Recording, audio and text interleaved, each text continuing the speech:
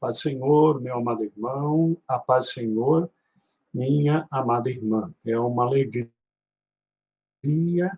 muito grande estar aqui com você esta noite, estudando a palavra de Deus, estando na presença do Senhor e Salvador Jesus Cristo. Amém? Hoje nós completaremos o estudo relacionado a Abraão, tá bom? O estudo relacionado a Abraão. E nós queremos agradecer a Deus por sua misericórdia. É óbvio, meus amados irmãos, que não tem como, nesse momento agora, estudar toda a vida de Abraão com profundidade. Não tem como, é muita coisa. Por isso nós escolhemos aquilo que chamamos de pontos fundamentais para poder trabalhar com cada um dos irmãos. Abra comigo, por gentileza, em Gênesis capítulo 25. Gênesis capítulo 25. Gênesis capítulo 25, você tem exatamente um capítulo final e você tem aqui a história de Abraão em seus últimos momentos. É interessante, né, que fala que Abraão, ele teve simplesmente uma nova esposa, né? Aqui há uma discussão entre os grandes intérpretes da palavra de Deus, se realmente Abraão casou ou não com Quetura, mas isso não nos interessa. Literalmente, a Bíblia diz que ele casa-se com Quetura.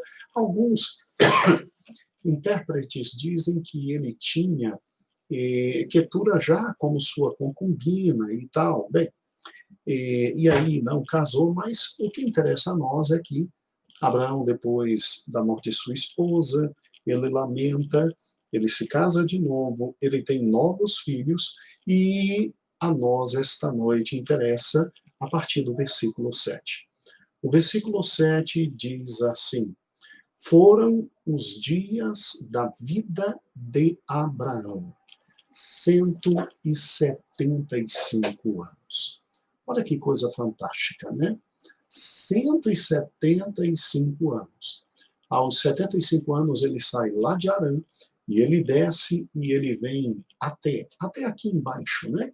Ele sai de Harã, ele desce, ele vem até aqui embaixo, e aí ele se coloca na presença do Senhor. Ele espera exatamente de 75 a 100 anos, 25 anos para que a promessa do nascimento do filho aconteça, e então ele tem esse período, né, de provação, diríamos assim, e obviamente Abraão depois ele chega num momento maravilhoso que tem seu filho. Abraão, segundo cálculos, consegue ver os seus netos. Abraão conheceu tanto Isaque como Jacó, já já lhe demonstro tudo isso, e Abraão, ele vive exatamente mais 75 anos de bênção. 75 anos ele viveu servindo a outros deuses. Aí o Senhor o chamou, e o Senhor o abençoou, e ele tem 75 anos de bênção. Ele falece com 175 anos. E a palavra de Deus diz: expirou Abrão, e morreu em ditosa velhice, avançado em anos, e foi reunido na caverna de Maquipela, no campo de Efron, filho de Zoar, o Eteu, fronteiro a Manre, o campo que Abraão compara aos filhos de Et. Ali foi sepultado Abraão e Sara, sua mulher. Ali foi sepultado Abraão e Sara, sua mulher. Ok? Então, meus amados irmãos, com estas últimas palavras, você tem a Bíblia encerrando o ciclo maravilhoso do primeiro patriarca, né? E o primeiro grande patriarca é Abraão. E é óbvio que eu quero, com você agora, pensar nas questões finais da vida de Abraão. Nesse estudo, eu quero conversar com você e entender o que ainda nos resta a discernir sobre Abraão depois de exatos 4 bons vídeos, tá bom? Depois de exatos 4 bons vídeos. E olha que interessante. Nós, na lição passada, saímos do capítulo 12 e chegamos até o capítulo 15. E hoje nós vamos trabalhar do capítulo 15 de Gênesis até o querido capítulo, exatamente, o nosso querido capítulo 25. E aqui você tem fatos que são muito interessantes sobre a vida daquele que é chamado o pai da fé. O pai da fé. Nós vemos, obviamente, que a partir do capítulo 15, quando Deus dá a certeza absoluta a Abraão de que ele teria um filho e ele não se preocupasse que em herdar tudo e continuar toda a semente dele não era o seu servo Eliezer, não era o seu servo Eliezer. E aí o que acontece? Acontece algo muito difícil. Acontece um fato que denota não que Abraão não confiasse em Deus, mas sua esposa, no capítulo 16, o chama, conversa com ele e diz exatamente o seguinte: ó, meu bem, eu não tenho mais como ter filhos. Deus, de alguma forma, não quer me dar filhos, cessou toda a possibilidade de eu ter filhos. Então, meu bem, vamos fazer o seguinte: eu vou escolher a escrava mais bela que eu tenho, porque eu tenho o direito de ter filhos pela minha escrava. Era um direito que Sara tinha na época. E eu vou escolher a mais bela empregada que eu tenho para que meu filho saia bonito, porque eu sou uma mulher bonita. Sara era uma das mulheres mais belas de todo o Antigo Oriente. Tá? Tanto é que Abraão, de vez em quando, tinha que pedir: olha, fala que você é minha esposa, ou fala que você é minha irmã, não minha esposa, porque senão vão me matar. É óbvio que Sara não queria ter um filho feio, né? Até a coruja, dizem, né, brincando, até a coruja olha para os seus filhos e diz: é a coisa mais linda do mundo, né? Agora, ninguém quer ter filho feio, né? Isso é normal. Agora, Sara, mais ainda, uma mulher lindíssima, que não conseguia ter filhos, vai fazer o quê? É óbvio, vai se utilizar de um direito que ela tem. E veja que Abraão, ele não recusou. Veja que Abraão, ele não disse não. Então, Sara, que sempre lhe era submissa, Sara, que sempre foi amorosa, Sara, que não reclamou de nada, veja que há um silêncio muito grande sobre Sara desde a saída. Desde a saída. Pastor, será que Sara não reclamou? Será que Sara não encheu a paciência de Abraão? Não. Se Sara tivesse feito besteira, estava na palavra de Deus. Essa semana eu estava conversando com Elias e com a Izinha, e o Elias Santana, o pastor da mocidade. E o pastor Elias, ele disse algo muito interessante. Ele disse: olha, o único livro que registra os erros e as quedas dos seus heróis é a Bíblia. Nenhum outro registro. Se Sara tivesse escorregado, Sara teria sido agraciada com algum versículo bíblico dizendo dos erros dela. Então você vê uma mulher obediente, você vê uma mulher honesta, você vê uma mulher amorosa, uma mulher carinhosa, uma mulher submissa, você vê uma mulher que simplesmente é lindíssima, absolutamente linda, e você vê uma mulher que pela primeira vez olha para a cara do marido e diz assim: ó, não estou desconfiando do Deus que nos tirou de lá e trouxe para cá, não. Mas eu não posso mais te dar filho. E eu estou usando um direito meu. E ela tinha esse direito. Eu vou chamar a empregada mais bonita que eu tenho. Eu quero filho bonito, eu quero filho forte, então vou pegar uma das mais jovens, mais bonitas, uma reprodutora de primeira, e você vai dormir com ela, e você vai gerar filhos, e o filho que ela tiver será o meu filho. Será o meu filho.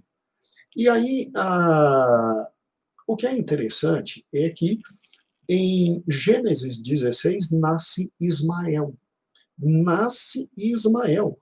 E quando você pega Gênesis 16, diz assim, era Abrão de 86 anos quando Agar lhe deu à luz a Ismael. Então, Abrão já estava na terra há 11 anos. Abrão já estava naquela terra há 11 anos, e se ele tinha 86, Sara, que tinha 10 anos menos, tinha 76 e não estava mais com o costume das mulheres. Ela não tinha mais ciclo menstrual, ela não podia mais dar à luz. É interessante que, se você pegar nos textos anteriores, eu fiz uma questão de dar uma olhada em todas as Bíblias, e diz a Abraão que o filho seria dele.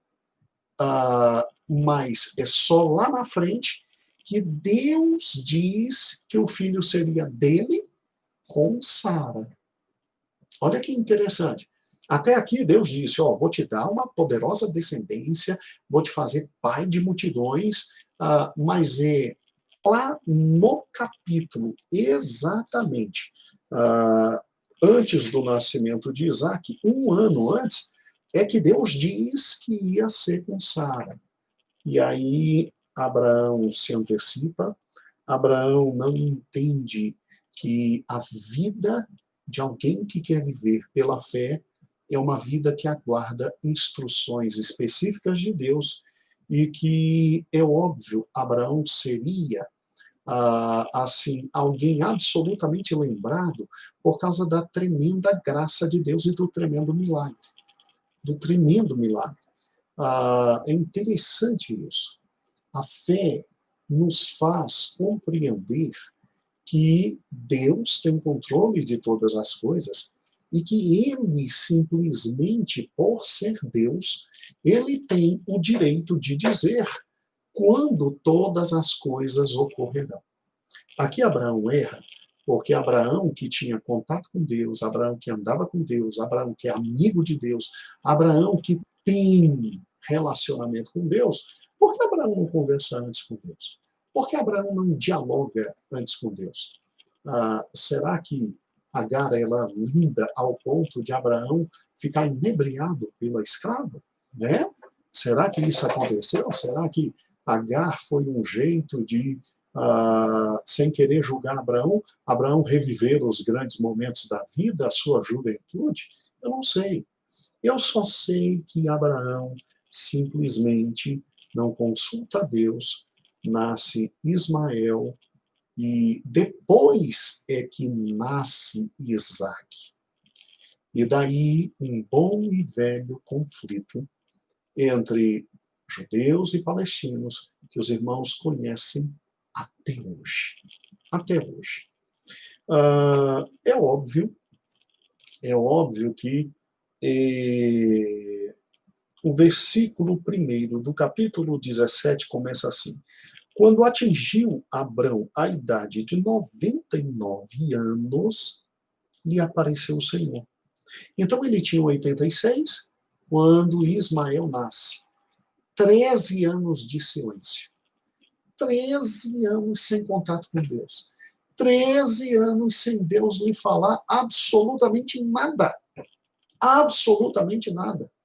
A desobediência, irmãos, leva a um silêncio divino estarrecedor, doloroso, absolutamente doloroso. Deus, ele tem o direito de ser consultado por nós sobre tudo que nós temos que fazer e desejamos fazer. Não há um único projeto que Deus não tenha o direito de ser consultado, porque é extremamente simples conhecer e entender isso. Aquele que não negou seu filho, mas nos deu para nos salvar, para que nós vivamos com ele eternamente, esse ser não estaria interessado na nossa bênção também aqui no mundo terreno? Acaso Deus, como Pai, ele é um Pai idêntico a nós? Que Cristo nos chama de maus? Então, Abraão, ele tem, por parte de Deus, 13 anos de silêncio, em razão de sua desobediência. É como se Deus estivesse dizendo a Abraão, ok, você quer tomar medidas porque tua esposa está exigindo os direitos dela. Ok. Você vai fazer tudo que sua esposa deseja em razão dos direitos que ela invocou. Ok. Não vai conversar comigo? Ok. 13 anos no gancho. 13 anos no gancho. A Bíblia não narra, mas Abraão sentiu. Abraão sentiu com certeza. Porque no capítulo 17, simplesmente quando Deus se levanta e fala de novo com ele, ele tem 99 anos e o Senhor já chega com um pé no pescoço de Abraão, dizendo, eu sou Deus Todo-Poderoso, anda na minha presença e sê perfeito. E aí Deus, que já tinha feito uma aliança, no versículo 2 diz, vou fazer uma aliança com você e comigo. Ou seja, é como se Deus estivesse dizendo, agora é para valer. Agora é para valer. Anda na minha presença, ser perfeito. Pastor, se Abraão é o pai na fé, por que Abraão, de vez em quando, eu vejo ele escorregando e dando uma escorregadela aqui, outra escorregadela lá, e escorregando, porque aqui ele cai em mais um teste. Aqui ele cai em mais um teste. Por que ele cai? E ele é o pai da fé. Porque, meu amado irmão, sejamos francos, se ele fosse perfeito e não tivesse erro nenhum, o nome dele não era Abraão. O nome dele era o quê? Cristo. Quem foi o único homem que, descendo dos céus, obedeceu em tudo a Deus, meu amado irmão? Cristo. Então, compreenda algo simples. Você vai encontrar na Bíblia todos os grandes heróis da fé, um após outro, tendo escorregadelas, tendo quedas. Só o Senhor Jesus Cristo foi perfeito. Isso nos ensina que a vida de fé é uma vida de confiança na graça e na misericórdia de Deus que se levanta a cada dia. A Bíblia chega a dizer que o justo pode chegar a cair 7 vezes, mas o amor de Deus é tão grande, tão forte, tão maravilhoso, que o Senhor o levanta. O Senhor o levanta. Vai chegar um momento na vida de Abraão que você não vai ver mais nenhuma narrativa de escorregadelas dele. Eu tenho um amigo que ele diz assim, rapaz, eu estava estudando o Gênesis e a vida de Abraão a fundo. Não, olha, assim, vou te ser franco, chega um momento que fica chato, fica muito chato, fica horrível, porque Abraão não cai mais, mas é lógico, é lógico. A vida de fé é uma vida de crescimento espiritual. Chega um momento que o pai da fé nos ensina que a gente não continua caindo, não. A gente cresce de graça em graça, de fé em fé. A gente cresce. Então é óbvio que chega um momento em que não há mais escorregadelas, que não há mais quedas. Chega um momento em que uma estabilidade espiritual toma conta do nosso coração e a gente vai crescendo até chegar à postura de varão perfeito. E foi o que aconteceu com Abraão. Quando você chega no capítulo 25, Alguns capítulos anteriores são muito chatos, porque ele não cai, ele não escorrega, ele não chora, ele não se arrebenta. É óbvio! É óbvio! A gente tem que crescer na fé de tal forma como Abraão cresceu. Entenda, o Senhor Deus me ama e te ama. O Senhor Deus conosco está. O Senhor Deus é o nosso Deus. E compreenda que Ele entende cada uma das nossas, mas Ele espera. Ele espera. Depois de algumas repreensões, de colocar a gente no gancho, uma hora e outra, Ele chama e Ele diz, ó, anda na minha presença. Ser perfeito. Grave essa expressão. Essa expressão é fundamental no Êxodo, essa expressão é fundamental no Levítico, em Números, em Deuteronômio, e essa expressão é fundamental no Novo Testamento, porque Deus chama em primeiro lugar Abraão para andar na presença dele e ser perfeito. Chama a família de Abraão para andar na presença dele e ser perfeito. Depois chama o povo inteiro. Irmãos, Levítico, quando a gente estudar Levítico, você vai ver o que é Levítico. Levítico é algo extraordinário, é Deus direto dizendo, anda na minha presença, ser perfeito. Ser santo, anda na minha presença, ser perfeito, ser santo. Espera chegar Levítico, é fantástico. E então chega uma hora que você e eu temos que parar de pecar. A gente tem que parar de brincar. A gente tem que parar de brincar que é crente. A gente tem que parar de brincar com conceitos. A gente tem que parar de brincar com dízimo. Parar de brincar com oferta. A gente tem que parar de brincar de cultuar. A gente tem que parar de brincar com as coisas de Deus. E a gente tem que levar o Senhor a sério. Anda na minha presença e ser perfeito. Ser perfeito. Isso é Abraão. Agora, preste atenção. Entenda o seguinte. Quando você sai e vai para o 17, Deus estabelece, ó, agora é para valer. Agora é para valer.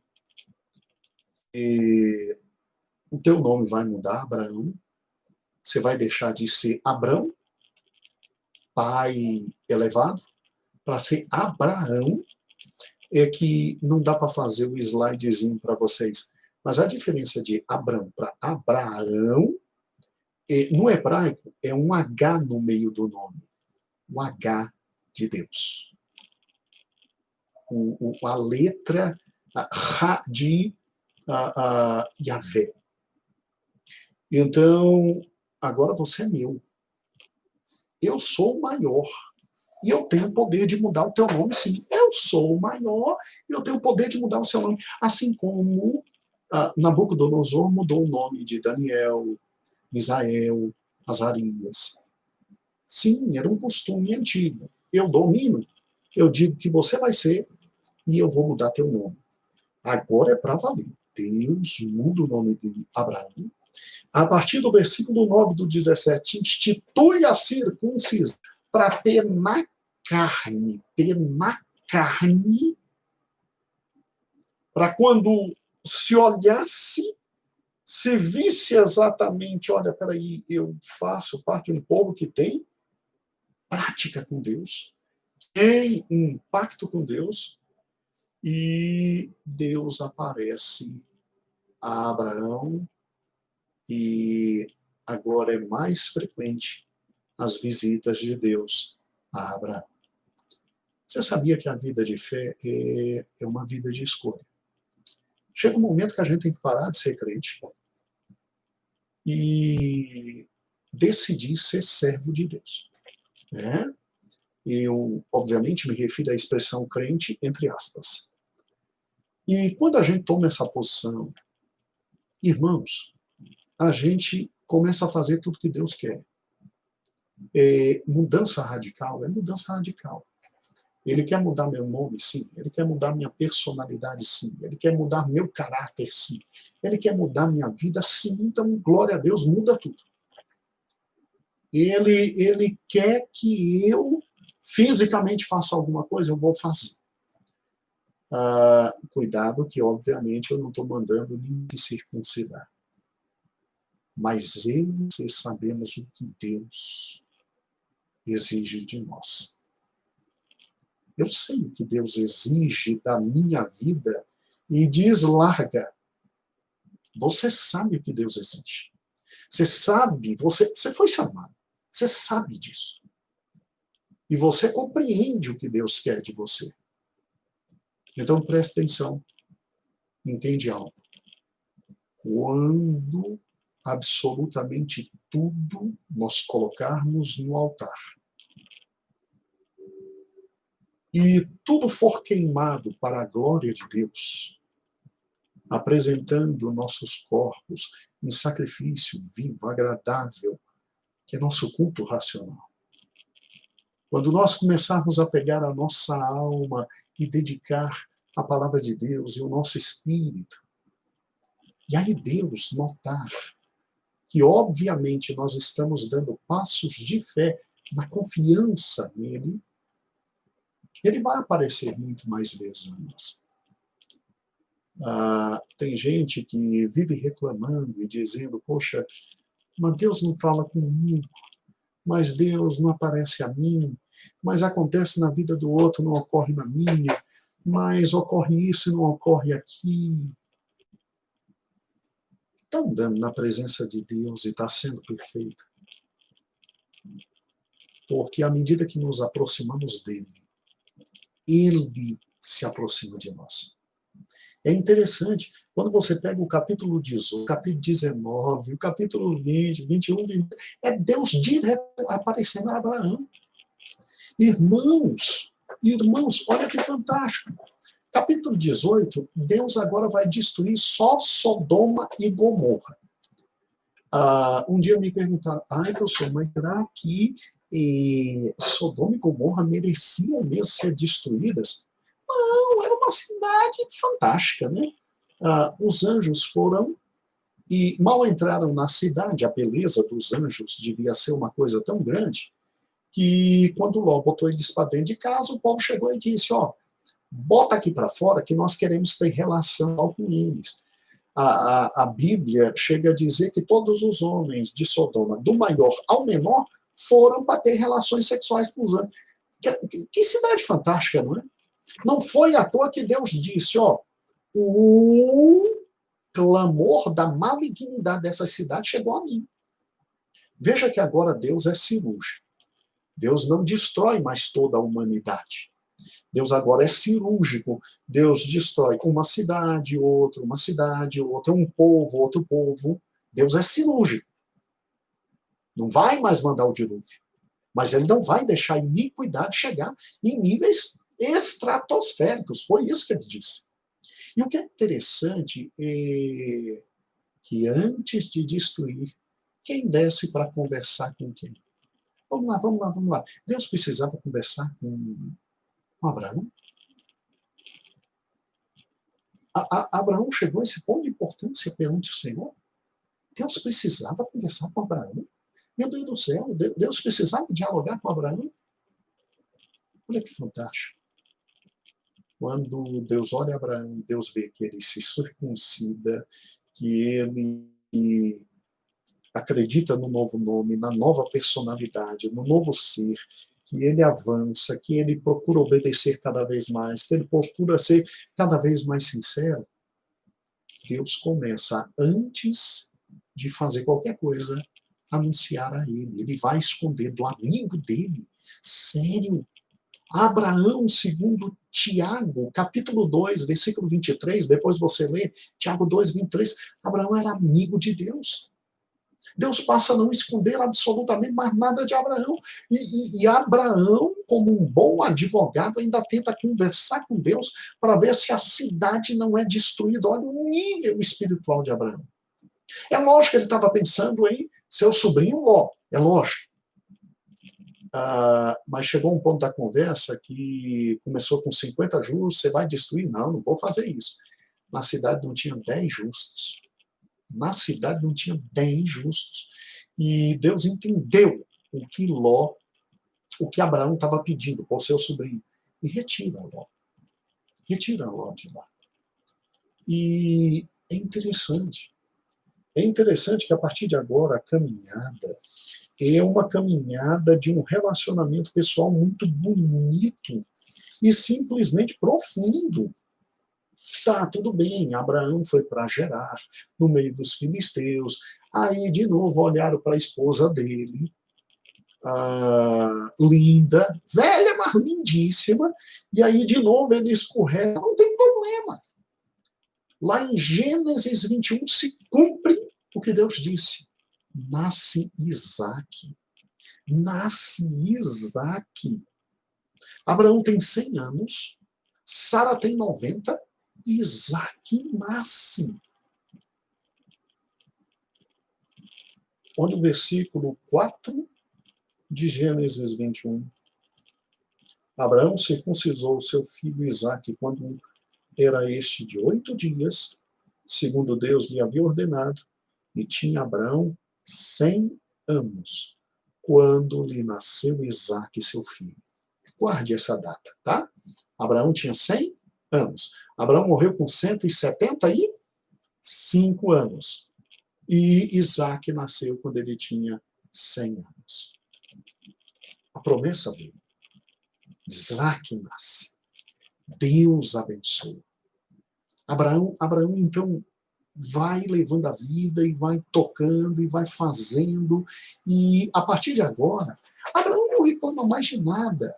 Abraão tem só um filho e já está feliz da vida.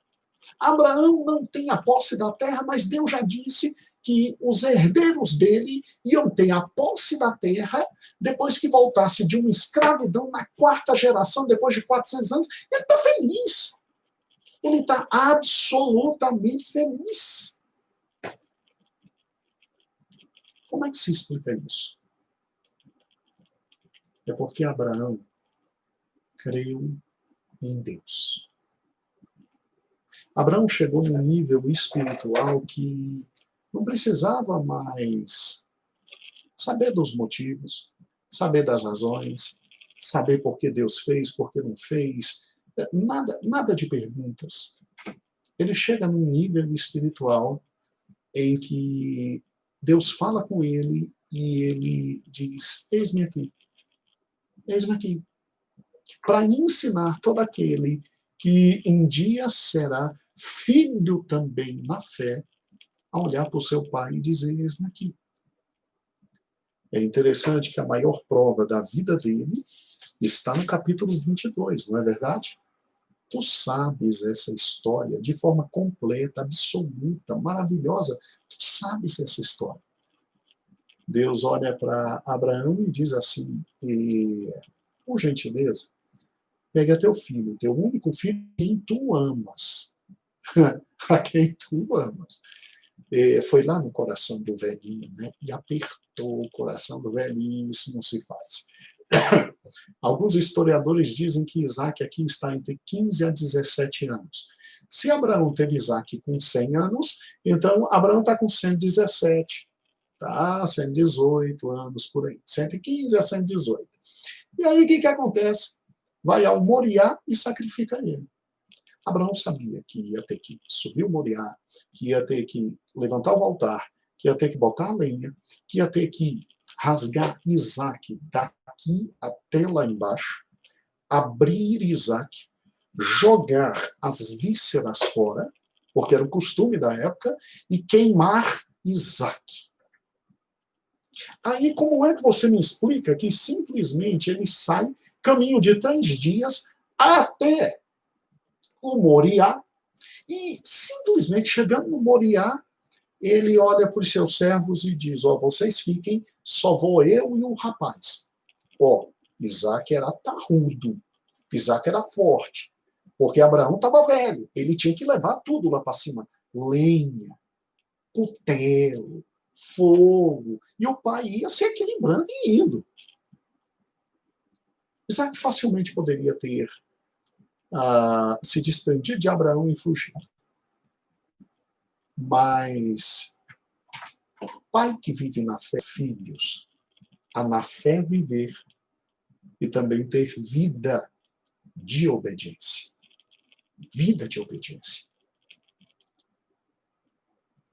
80% dos comportamentos do seu filho e do meu são reflexos do que vocês em relação a Deus. Pode ficar tranquilo.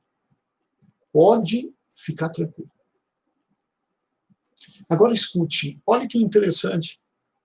Ele chega lá em cima e ele sabe, mas ele sabe que ele vai matar Isaac. Aí a gente fica assim, mas peraí, pastor, como é que ele sabe que vai matar Isaac? E simplesmente ele diz para os seus servos, ó, eu e o menino vamos adorar e eu e o menino vamos descer. Hebreus diz que Abraão acreditava que depois de queimado, esfolado, arrebentado e morto Isaac, Deus ia ressuscitar. Hebreus diz isso. Me diz, quem ensinou isso a Abraão? Me diz, pelo amor de Deus, como é que alguém chega a um conhecimento espiritual desse? Abraão nunca tinha visto uma ressurreição. Mas Abraão já cria na ressurreição, antes mesmo de existir qualquer ressurreição. Isso é a fé. A fé nos faz ver e confiar na única coisa confiável na existência, a palavra de Deus. Abraão, ao subir o Moriá, deve ter pensado, bem, ele prometeu que eu ia ser pai de multidões. Ele prometeu que as multidões vão sair desse menino de 17 anos. Eu vou matar com gosto esse menino, porque esse menino vai ressuscitar. E a Bíblia diz que no momento que ele ergue o cutelo, ouve-se a voz do anjo: não faças mal ao menino, porque agora eu sei que tu me temes. Eu sei que tu me temes. E o lindo, irmãos, o lindo não é Deus, nesse capítulo, ratificar as promessas. Não é Deus dizer de novo, ó, eu vou fazer com você, eu vou fazer com você, eu vou fazer com você, eu vou fazer com você, eu vou fazer com você. Não. O lindo é um menino ouvir isso. Sabe o que é um garoto aos 16, 17 anos ouvir Deus falar com o pai dele e ouvir Deus falar tudo que falou com seu pai. Como os propagandistas dizem, não há preço. Sabe, eu acho que a maior honra de lembrança que tenho do meu pai é saber que todos diziam que ele era um grande homem de Deus. Isso não tem preço. Mas volte à lição comigo. Abraão é esse ser que chega a um ponto na vida que Deus diz, ó Abraão, eis-me aqui. Abraão, agora é isso, eis-me aqui. Abraão, leva a mal não, eu sei que você ama Isaac. E eu sei que você ama também, talvez de uma forma menor, Ismael, mas é para atender a tua esposa. Pode deixar Ismael ir, porque eu cuido de Ismael. E com dor no coração ele diz, tá bom, Senhor, eis-me aqui. Abraão vê sua esposa morrer. E Abraão, você já pensou nisso? Pensa comigo. Abraão tem que comprar um terreno para enterrar a esposa de uma terra que Deus disse que era dele. Você já pensou nisso?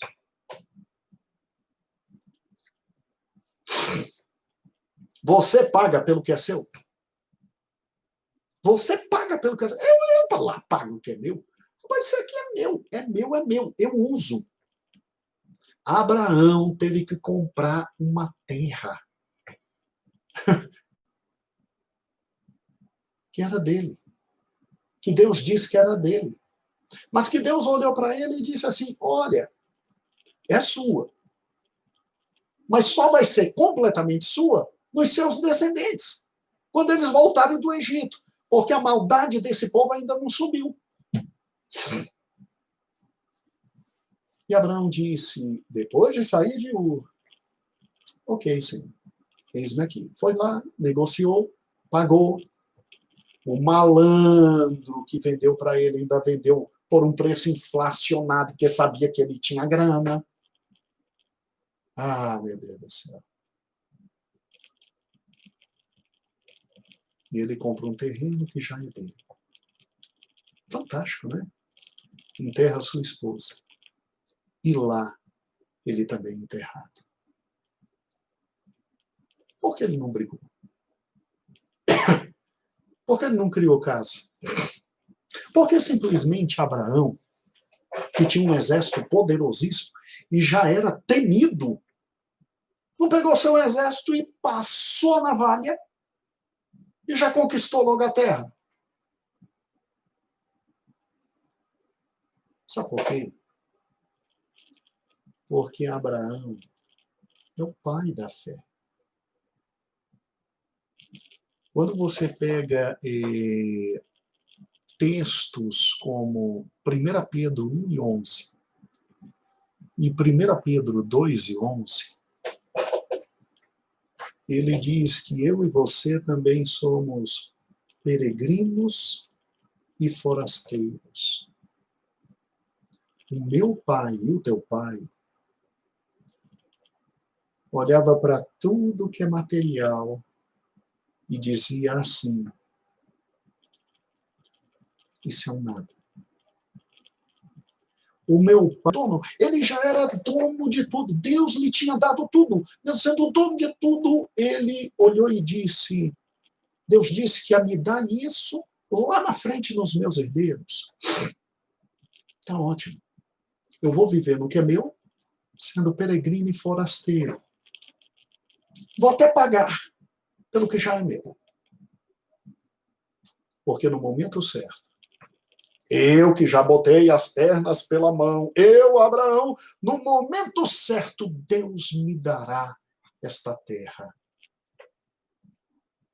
E não importa que ele dê a mim. Dando aos meus filhos, eu já estou feliz. O meu pai e o teu pai andou como peregrino para que eu e você não tivéssemos apego a nada aqui. A nada desse mundo, apego a coisa nenhuma, apego a emprego, apego a dinheiro, apego a casa, apego a comida. Irmãos, nós somos estrangeiros, nós somos forasteiros. Tudo isso aqui será nosso. Nós seremos reis e sacerdotes, mas não agora. Não agora. Agora nós somos forasteiros, estrangeiros, peregrinos, e como Abraão, olhando para a cidade celestial que está preparada para nós. Diz para mim, Hebreus diz que Abraão caminhava aqui, olhando para a cidade celestial. Diz para mim quem revelou isso a ele. Quem revelou a Abraão que ele teria um lugar no céu. Foi Deus. Se o meu pai, Abraão, é o pai de todos aqueles que nasceram pela fé, não se agarrou a nada aqui. Irmão, tendo o que comer, tendo o que vestir, contentai-vos. Contentai-vos. O mundo vos odeia. Se você fosse do mundo, o mundo te amaria. Não ameis o mundo e as coisas que no mundo há, olhando para Cristo, o autor e consumador da nossa fé. Para de político. Para de crer no teu empregador. Para de crer nas promessas. Para de crer no teu dinheiro. Para de crer na tua habilidade. Para de crer nos teus investimentos. Crê somente em quem te pode, além de preservar aqui, te dar a vida eterna. crê no Senhor Jesus Cristo, serás salvo. Olha só para o autor e o consumador da tua fé, sabendo que aqui você é peregrino, é estrangeiro e há um céu te aguardando. Abraão termina a vida em ditosa velhice. Gênesis 15:15, Deus tinha prometido isso para ele. Ó, você vai viver muito. A Bíblia diz que ele morre aos 175 anos. Aos 175 anos. E o que eu acho interessante, vou fazer um cálculo rapidinho com você. Presta atenção, eu sou horrível de cálculo. Então, se eu começar a fazer o cálculo errado, aí bota aí no chat que eu errei no cálculo. Mas vamos juntinho. Ó, presta atenção. Se Isaac nasce quando Abraão tem 100, ótimo. Com que idade Isaac casou? Bem, o casamento de Isaac e de Rebeca,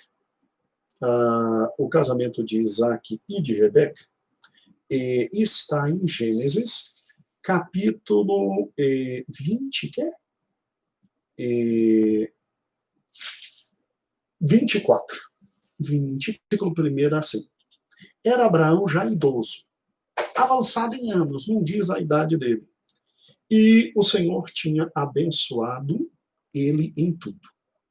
E aí o que acontece? Ele chama o seu servo e ele faz o servo simplesmente jurar para ele que ia buscar uma mulher no meio da família dele. Obviamente, ele conhecia a família dele, ele sabia o tipo de mulher que vinha de lá, e ele não queria que Isaac casasse com cananeias, não. Ele queria mulher da família dele. Aí o que acontece?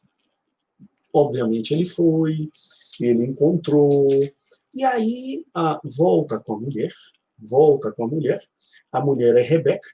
A mulher Rebeca, olha que interessante, versículo 50, Rebeca decide vir e algo lindo acontece. Versículo 52, olha que fantástico. Rebeca vem, Rebeca se casa com o querido Isaac, porque o fato de dar presentes, o fato de fazer a festa e etc., na própria casa de Rebeca já indicava que ela tinha aceitado o casamento. E versículo 61. Então se levantou Rebeca com suas moças e, montando o camelo, seguiram o homem. O servo tomou Rebeca e partiu. E aí Rebeca vem lá de Arã e Isaac estava no caminho, aí ela pergunta quem era aquele bonito, né?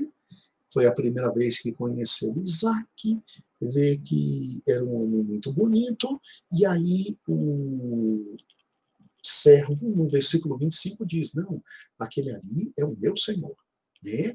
E aí ela, como moça que era, cobriu a cara com um véu direitinho, né? Todos os conclamos sociais, né? Os costumes da época. E aí, no versículo 66, o servo contou tudo a Isaac. E aí, olha que lindo. Isaac conduziu-a até a tenda de Sara, sua mãe, tomou Rebeca, e esta lhe foi por mulher, uma linda lua de mel. E aí, Isaac, como estava choroso pela morte de sua mãe, Isaac foi consolado depois da morte de sua mãe. Né? Então, olha que fantástico. Abraão já era avançado em dias quando Isaac casou. E aí, o que acontece depois é o seguinte, vamos juntos, raciocine comigo.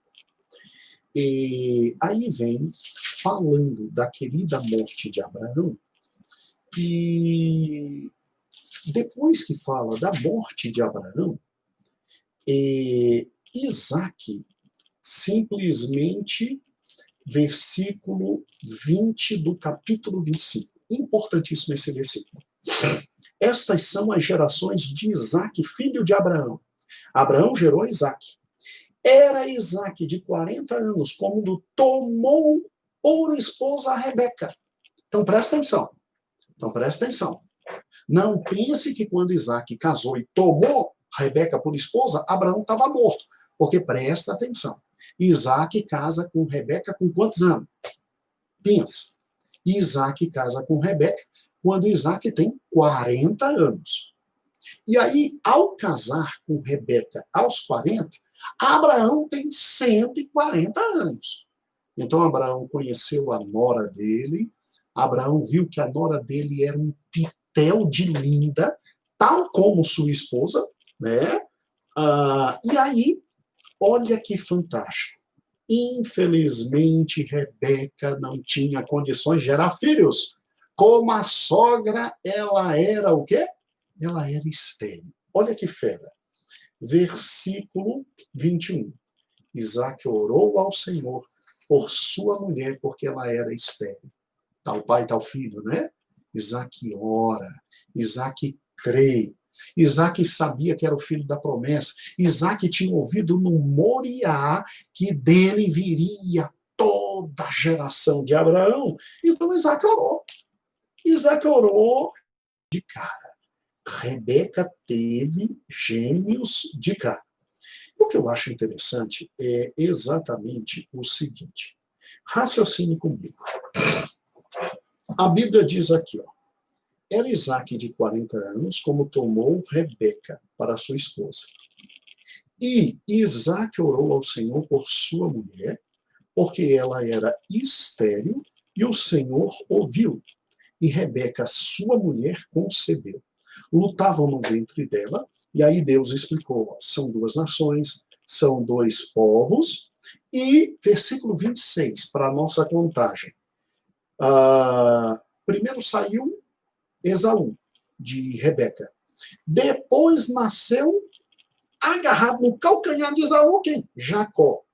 Olha que importante. Era Isaque, de 60 anos, quando Rebeca deu à luz. Se Isaque tinha 60 anos, quando Rebeca deu à luz aos dois, Abraão tinha quantos anos? 160 anos. Você entendeu direitinho? Você se lembra? Quando Isaque nasceu, Abraão tem 100. Quando Isaque casou, Abraão tem 140, porque Isaque tem 40. E Isaque orou pela mulher 20 anos. Isaque ora até 20 anos. E a mulher pare gêmeos, que brigam lá dentro, que nem irmão com irmã. Que nem irmão com irmã. Agora, olha que interessante. Se Isaque tem 60, Abraão tem 160. Abraão viveu até quantos anos? 175 anos. Abraão viu os dois moleques crescendo, correndo, um batendo no outro, um brigando com o outro, um se abraçando com o outro. Abraão viu seu filho, Abraão viu seus dois netos. Deus deu a ele ditosa velhice. Deus deu a ele ditosa velhice. Abraão terminou a sua vida absolutamente salvo, porque Gênesis 3:15 diz que Abraão creu no Senhor e isso foi lhe imputado por justiça. Romanos capítulo 4, depois leia, Romanos 4, versículo 1 a 5, diz que Abraão morreu salvo. E o mais lindo, o testamento de Abraão. Abraão morreu.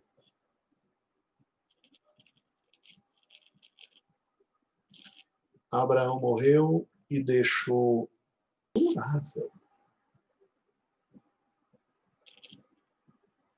Eu falei errado a data, mamãe? Ó, vamos de novo. Se os meninos nasceram quando Eu falei certinho, né, amor? Isso, mãe. Viu até os 15 anos. Ah, então tá bom.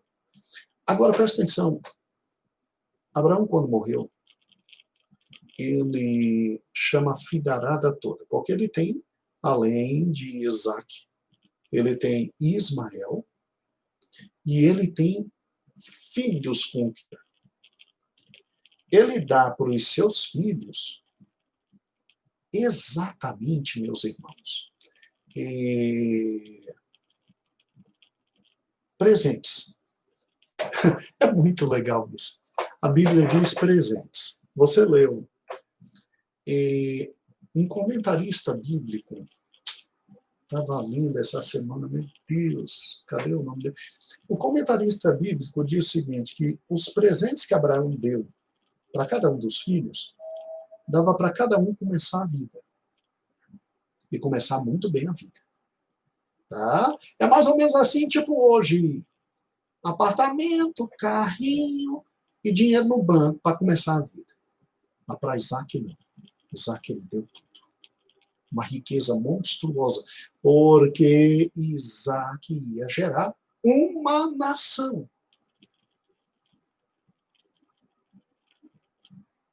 Mas Abraão foi para os céus como todos nós vamos.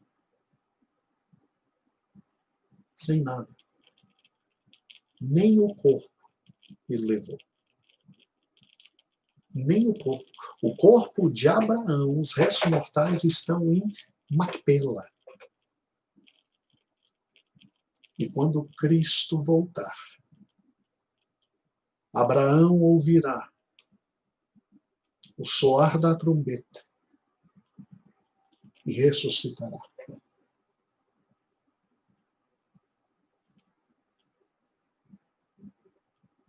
Nem o corpo a gente leva daqui. Nem o corpo, ele volta ao pó como Deus deu. Abraão, um dos homens mais ricos do mundo,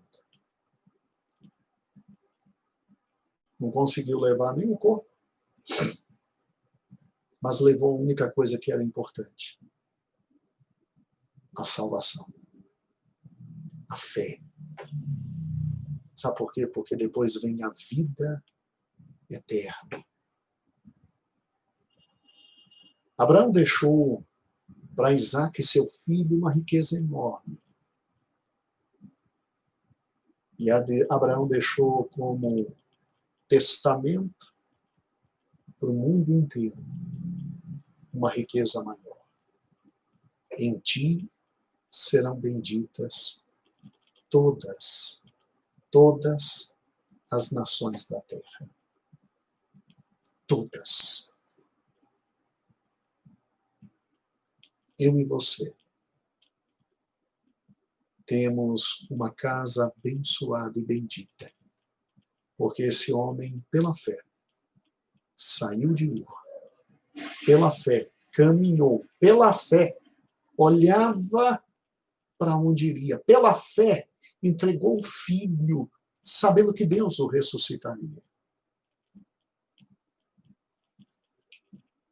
Abraão, pai da fé. Agora, olha que interessante. Vamos terminar nosso encontro hoje, abrindo Hebreus. Hebreus. Abre Hebreus capítulo 11 e leia comigo, com gentileza, do versículo 8 em diante. Pela fé, Abraão, quando chamado, obedeceu a fim de ir para um lugar que deveria receber por herança e partiu sem saber para onde ia. Versículo 9. Pela fé, peregrinou na terra da promessa, como em terra alheia. Era dele e ele peregrina como terra alheia, habitando em tendas com Isaac e Jacó. Você entendeu por quê? Hebreus diz que ele habitava, conheceu seu avô, dialogou com seu avô, Jacó e Esaú, até os 15 anos, herdeiros com ele da mesma promessa, porque aguardava a cidade que tem fundamento, da qual Deus é o arquiteto e edificador. Abraão chegou num nível de vida de fé que ele não olhava mais para a terra prometida aqui, ele já olhava para a terra prometida lá nos céus. Seus olhos não estavam mais aqui. E pela fé também, a própria Sara recebeu o poder de ser mãe, não obstante o avançado da sua idade, porque teve por fiel que aquele que havia feito a promessa a realizaria. Por isso também, de aliás, já amortecido, saiu uma posteridade tão numerosa como as estrelas dos céus e inumerável como a areia que está na praia do mar. Estes morreram na fé, sem ter obtido as promessas, vendo-as, porém, de longe, saudando-as e confessando-os que eram estrangeiros e peregrinos. Porque os que falam desse mundo manifestam estar procurando uma pátria.